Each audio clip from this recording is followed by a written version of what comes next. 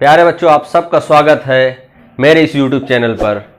आज हम लोग पढ़ेंगे class 10 science objective type questions physics का, यानी भौतिक विज्ञान के MCQs मल्टीपल चॉइस क्वेश्चंस के बारे में पढ़ेंगे। और ये पार्ट 3 है। इससे पहले पार्ट 2 और पार्ट 1 आया था।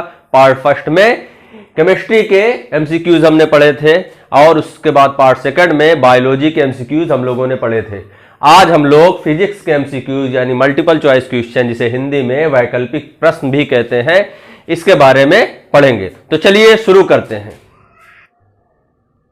बच्चों, पहला सवाल देख लेते हैं। निम्नलिखित में से कौन सा पदार्थ लेंस बनाने में प्रयुक्त नहीं किया जा सकता है? यानी इन जो ऑप्शन दिए हैं इनमें से कौन सा पदार्थ लेंस बनाने में प्रयुक्त नहीं होता है? ऑप्शन ए है जल, बी है कांच, सी है प्लास्टिक और डी है मिट्टी। तो बच्चों, इसमें ऑप्शन डी सही आंसर है। मिट्टी का प्रयोग कांच बनाने, लेंस बनाने में नहीं होता है। दूसरा प्रश्न देख लेते हैं। किसी पृष्ठ से परावर्तित प्रकाश की मात्रा निर्भर करती है? ऑप्शन देखते हैं। ए प्रकाशित माध्यम पर, बी प्रकाश स्रोत पर, सी पृष्ठ की प्रकृति पर और डी इनमें से कोई नहीं। तो बच्चों, इसमें ऑप्शन सी सही आंसर है। किसी पृष्ठ से परावर्तित प्रकाश की मात्रा पृष्ठ की प्रकृति पर निर्भर करती है। अगला सवाल देख लेते हैं। समतल दर्पण के सामने एक वस्तु 10 सेंटीमीटर की दूरी पर रखी गई है, तो दर्पण से प्रतिबिंब की दूरी होगी। बच्चों, समतल दर्पण जो हम जिसे आईना कहते हैं, जिसके सामने हम खड़े होते हैं, तो हम जितनी दूरी पर खड़े होंगे हमारा प्रतिबिंब उस दर्पण में उतनी ही दूरी पर बनेगा। तो यहाँ पे 10 सेंटीमीटर की दूरी पर कोई वस्तु रखी हुई है, तो इसका प्रतिबिंब भी 10 सेंटीमीटर दूरी पर बनेगा, यानी ऑप्शन बी सही आंसर है। अगला प्रश्न देखते हैं। एक अवतल दर्पण की वक्रता त्रिज्या 30 सेंटीमीटर है। कितना है बच्चों? 30 सेंटीमीटर है। तो इस दर्पण की फोकस दूरी होगी, इस दर्पण की फोकस दूरी कितनी होगी? बच्चों, हम लोग जानते हैं वक्रता त्रिज्या की आधी फोकस दूरी होती है। कैसी होती है? इसका फार्मूला होता है F बराबर R/2। R जहां त्रिज्या है और F फोकस दूरी है, तो फोकस दूरी जो होगी वो त्रिज्या की आधी होगी। तो त्रिज्या कितनी है? 30 सेंटीमीटर है, तो इसकी आधी कितनी होगी? 15 सेंटीमीटर। तो आंसर बी सही आंसर है। बच्चों, अगला प्रश्न देख लेते हैं। उत्तल दर्पण से प्रतिबिंब सदैव बनता है। कैसा प्रतिबिंब बनता है? ऑप्शन देखते हैं। ए मुख्य फोकस तथा वक्रता केंद्र के बीच, बी वक्रता केंद्र पर, सी वक्रता केंद्र से परे और डी दर्पण के ध्रुव तथा मुख्य फोकस के बीच।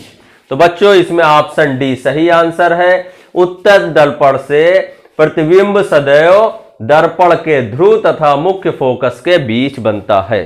तो बच्चों, अगला प्रश्न देख लेते हैं। जल में डूबी हुई सीधी छड़ मुड़ी हुई प्रतीत होती है, इसका कारण है? ऑप्शन देख लेते हैं। ए अपवर्तन, बी परावर्तन, सी प्रकाश किरणों की उत्क्रमणीयता या डी उपरोक्त में से कोई नहीं। तो बच्चों, इसमें ऑप्शन ए सही आंसर है। जल में डूबी हुई सीधी छड़ मुड़ी हुई प्रतीत होती है, इसका कारण अपवर्तन है। अगला प्रश्न देखते हैं बच्चों। प्रकाश के अपवर्तन के लिए आपतन कोण I तथा अपवर्तन कोण R में सही संबंध है। ऑप्शन देख लेते हैं। कोण I = कोण R, या कोण I does not equal to कोण R, या कोण I > कोण R, या इनमें से कोई नहीं। तो बच्चों, इसमें ऑप्शन बी सही आंसर है कि कोण I आपतन कोण जो है वो कोण R अपवर्तन कोण के बराबर नहीं होता है।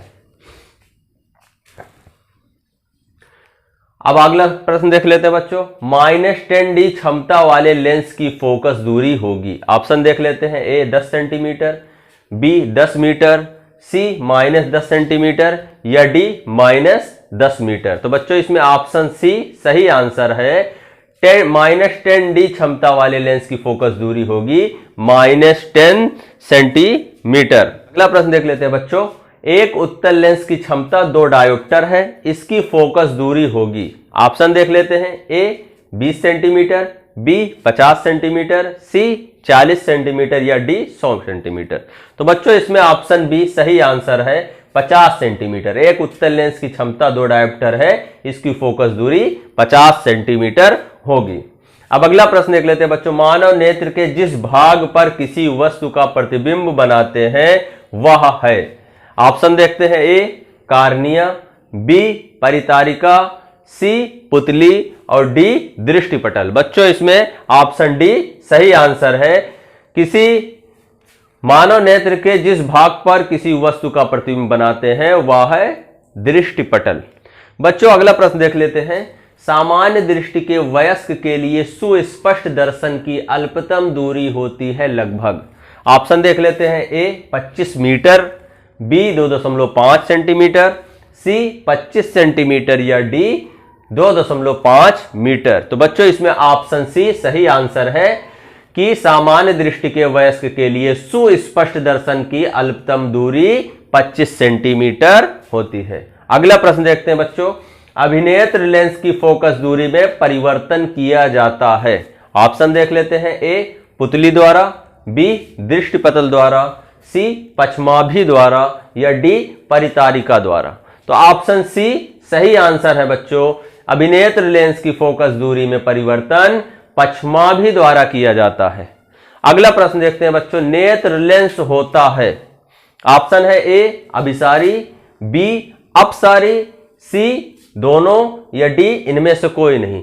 तो नेत्र लेंस यानी हमारी आंखों में जो लेंस लगा होता है बच्चों वो अभिसारी होता है। ऑप्शन ए सही आंसर है। अगला प्रश्न देखते हैं बच्चों, दूरदृष्टि दोष के निवारण के लिए निम्न में क्या विकल्प है। यानी दूरदृष्टि दोष किसी को हो गया है तो उसको इसके इलाज के लिए या उसके निवारण के लिए इनमें से कौन सी चीज हम इस्तेमाल कर सकते हैं। तो ऑप्शन देखते हैं, पहला है अवतल लेंस, दूसरा है अवतल दर्पण, तीसरा है उत्तल लेंस और चौथा है उत्तल दर्पण। तो बच्चों इसमें ऑप्शन सी सही आंसर है कि दूरदृष्टि दोष के निवारण के लिए निम्न में उत्तल लेंस का प्रयोग किया जाता है। अगला प्रश्न देखते हैं बच्चों, दूरदृष्टि दोष के कारण प्रतिबिंब बनता है। ऑप्शन ए रेटिना पर, बी रेटिना से आगे, सी रेटिना से पीछे या डी अनंत पर। तो बच्चों इसमें भी ऑप्शन सी सही आंसर है, दूरदृष्टि दोष के कारण प्रतिबिंब रेटिना से पीछे बनता है। तो बच्चों अगला प्रश्न देख लेते हैं अब, जब श्वेत प्रकाश प्रिज्म में से गुजरता है तो सर्वाधिक विचलन होता है। ऑप्शन देख लेते हैं, ए लाल रंग का, बी पीले रंग का, सी बैंगनी रंग का या डी हरे रंग का। तो बच्चों इसमें सही ऑप्शन है सी बैंगनी रंग का। जब श्वेत प्रकाश प्रिज्म में से गुजरता है तो सर्वाधिक विचलन बैंगनी रंग का होता है। अगला सवाल देख लेते हैं बच्चों, पीला, बैंगनी, नीला तथा लाल रंग के प्रकाश में किस रंग की तरंग दैर्ध्य महत्तम होगी। ऑप्शन देख लेते हैं, ए लाल, बी नीला, सी बैंगनी या डी पीला। तो बच्चों इसमें ऑप्शन ए सही आंसर है, पीला, बैंगनी, नीला तथा लाल रंग के प्रकाश में लाल रंग की तरंग दैर्ध्य महत्तम होगी। अगला प्रश्न देख लेते हैं बच्चों, प्रकाश के प्रकीर्णन की घटना किस रंग में अधिकतम होती है। ऑप्शन देखते हैं, ए बैंगनी, बी लाल, सी पीला या डी नीला। तो इसमें बच्चों ऑप्शन ए सही आंसर है, प्रकाश के प्रकीर्णन में, प्रकीर्णन यानी फैलना, प्रकाश के प्रकीर्णन की घटना किस रंग में अधिकतम होती है, किसमें होती है बच्चों, बैंगनी में। अगला प्रश्न देख लेते हैं बच्चों, प्रतिरोध का मात्रक है। ऑप्शन ए ओम, बी ओम प्रति मीटर, सी मीटर प्रति ओम या डी ओम मीटर। तो बच्चों इसमें ऑप्शन ए सही आंसर है, प्रतिरोध का मात्रक ओम होता है। अगला प्रश्न देख लेते हैं बच्चों, किसी धातु के तार में वैद्युत धारा का प्रवाह होता है।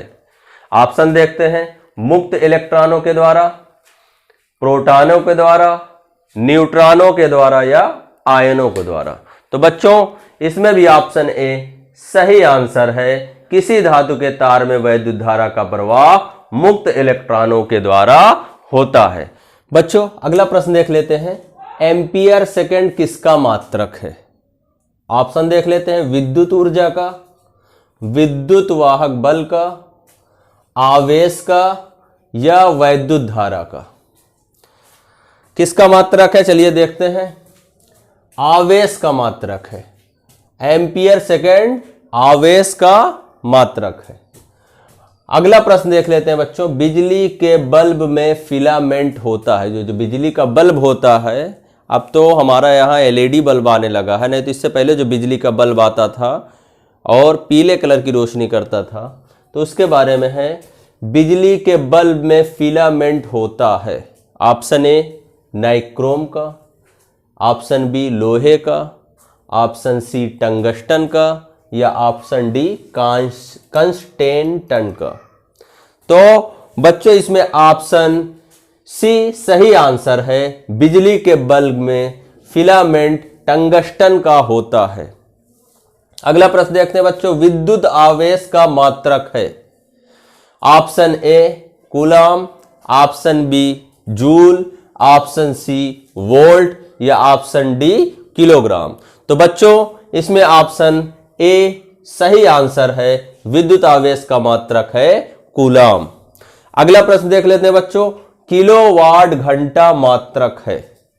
ऑप्शन देख लेते हैं, समय का, विद्युत सामर्थ्य का, ऊर्जा का, द्रव्यमान का। तो इन चारों में से तीसरा ऑप्शन सही है। किलोवाट घंटा ऊर्जा का मात्रक है। अगला प्रश्न देख लेते हैं बच्चों, एक बल्ब 200 वोल्ट के स्रोत से जलाने पर 1 एम्पियर की धारा लेता है। बल्ब की शक्ति है। ऑप्शन देखते हैं, 100 वाट, 200 वाट, 50 वाट या 400 वाट। तो बच्चों इसमें ऑप्शन बी सही आंसर है। जब एक बल्ब 200 वोल्ट के स्रोत से जलाने पर 1 एम्पियर की धारा लेता है तो बल्ब की शक्ति 200 वाट होती है। बच्चों अगला प्रश्न देख लेते हैं, चुंबकीय क्षेत्र की तीव्रता का मात्रक है। Option A tesla, option B weber per metre, option C weber या ऑप्शन डी वोल्ट एम्पियर।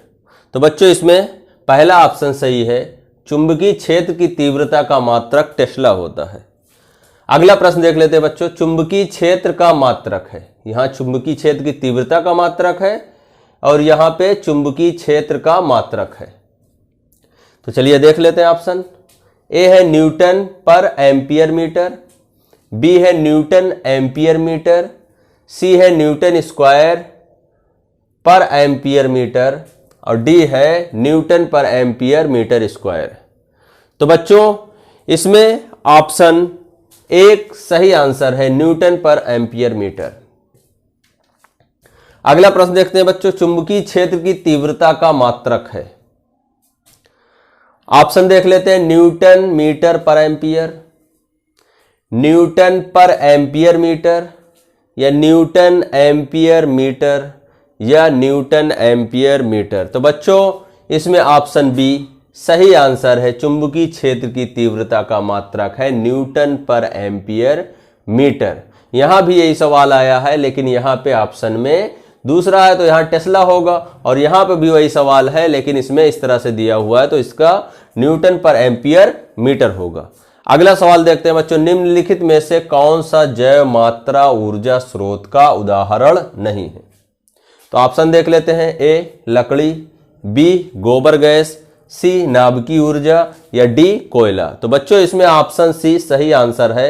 नाभिकीय ऊर्जा जो है वो जैव मात्रा ऊर्जा स्रोत का उदाहरण नहीं है। अगला प्रश्न देखते हैं बच्चों, यांत्रिक ऊर्जा को विद्युत ऊर्जा में बदलने वाले यंत्र का नाम है। फिर से क्वेश्चन पढ़ते हैं, यांत्रिक ऊर्जा को विद्युत ऊर्जा में बदलने वाले यंत्र का नाम है। ए विद्युत मोटर, बी डायनमो, सी ट्रांसफार्मर या डी विद्युत बल्ब। तो बच्चों इसमें ऑप्शन बी सही आंसर है, डायनमो। तो बच्चों ये हो गया फिजिक्स के एमसीक्यूज, यानी भौतिक विज्ञान के वैकल्पिक प्रश्न। ये एग्जाम में आ भी सकते हैं बच्चों, इंपॉर्टेंट्स हैं और इनके सारे जितने भी क्वेश्चन है इनका स्क्रीनशॉट ले लीजिए और अच्छी तरह से इन्हें प्रैक्टिस कर लीजिए और याद कर लीजिए, जिससे कि एग्जाम में आप अच्छे से अच्छा नंबर पाएं। तो बच्चों, मेरा वीडियो अच्छा लगा हो तो इसे लाइक करें, शेयर करें और अपने दोस्तों की भी बताएं और मेरे चैनल को सब्सक्राइब भी करें। धन्यवाद।